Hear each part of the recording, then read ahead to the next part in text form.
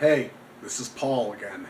I'm just going to jump right in tonight. It's late and I felt the urge to uh, do a video, so we're just going to get straight into it. Today, it's going to continue in the vein of God. Um, as I talked about in my last video, the reality is God is going to be a huge emphasis for me going forward. The mental health and the addiction, those are going to continue to be prevalent parts of my story, of this podcast. I'm aspiring to be a motivational speaker these days, and for me, the more that I think about it, the more that it feels like mental health and addiction go hand in hand for my story.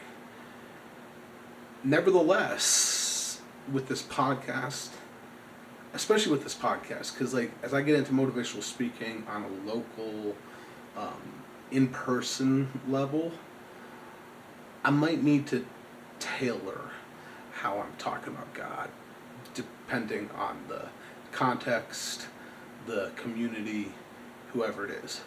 When it comes to this podcast, it is going to be very God-centric. I'm actually reconsidering yet again rebranding my podcast.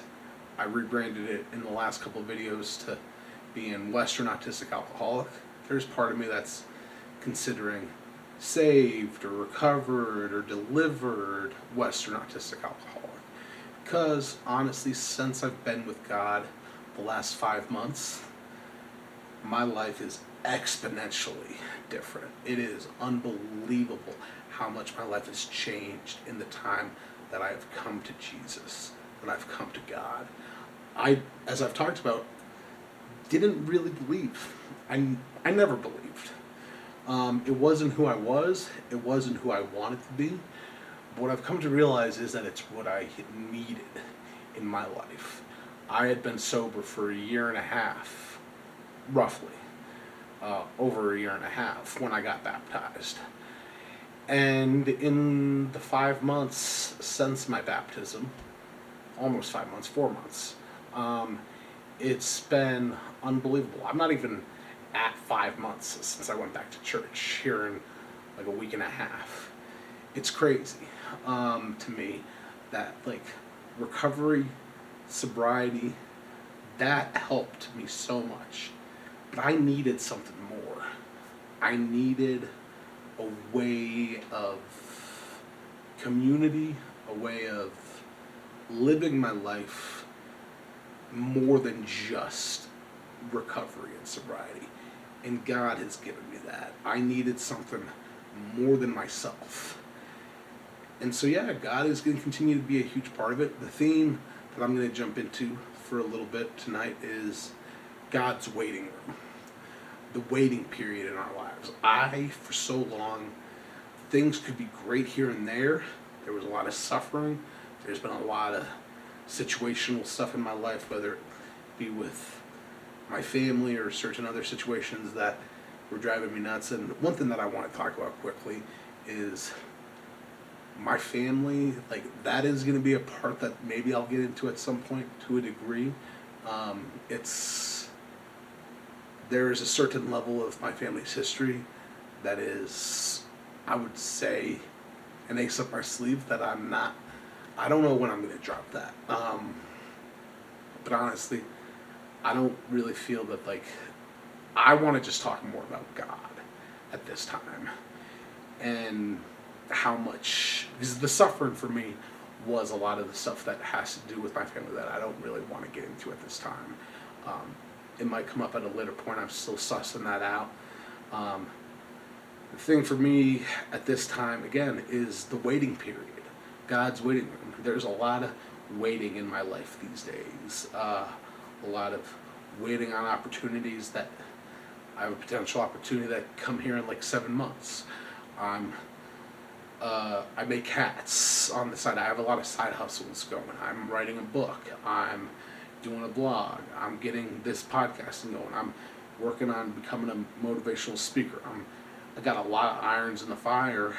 What I see in my life right now is that God is testing my patience. I am not really a patient person. It's hard for me to be patient and to actually just sit with waiting. Sometimes it came out of a men's meeting that I go to at the church that I go to. Sometimes, honestly, it's easier to deal with suffering than it is to deal with waiting.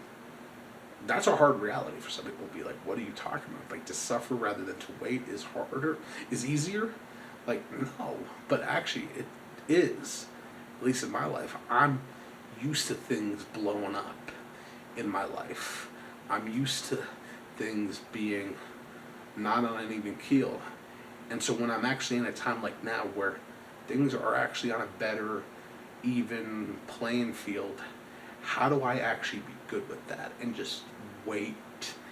And a friend of mine through that same community, through the church, brought to my attention that there are seasons like this, and honestly, letting the seasons be like the actual seasons. You plant seeds in the spring, you let them grow during the summer, and you wait. You harvest in the fall, and then you let it go back down for a little bit again during the winter, and then you come back up again. And I don't know, it's interesting for me as I think about all of that, where like, that's kind of where I'm getting to in my life in general, where like, how do I plant these seeds in my life, where then I gotta wait for them to grow, and then to harvest them, and then to wait again. And so there's gonna be a lot more waiting periods in my life going forward, and how do I get good with just waiting in general? It's not an easy thing, but it's God really, in my opinion, strengthening me and anybody else, because that's what this is about. This is me using my story as a way to hopefully inspire others. If I can touch one person, let alone 10 people, 20 people, 100, 1,000, however many more, if I could make a difference in even just, again, that one person's life, that to me is enough. I'm not doing this. I've talked about it in the few videos that I've done. I'm not doing this to become some big wig. If acclaim comes, if notoriety comes, if I become well known, cool. But I have to remind myself all the time that I'm doing this for what it gives me, what it gives me deep down. And what it gives me deep down is passion, is authenticity, and it's just being able to put a true story out there that resonates for me. And if it resonates with you, I'm very happy about that, and I want that. But again, that's not the reason that I'm doing it. It's a catch-22. Yes, I am doing it for that, but at the same time, what I'm really doing it for is to help myself, to help others. Because by helping others, you help yourself. And yeah, no, it's just the waiting is not easy, but it is so worth it when you really allow yourself. Instant gratification, we all want instant gratification, but in reality, delayed gratification is actually so much more worth it, because then you know that you waited for what to come. And that makes it so much more worth it. And with that, I'll end it for tonight. Thank you.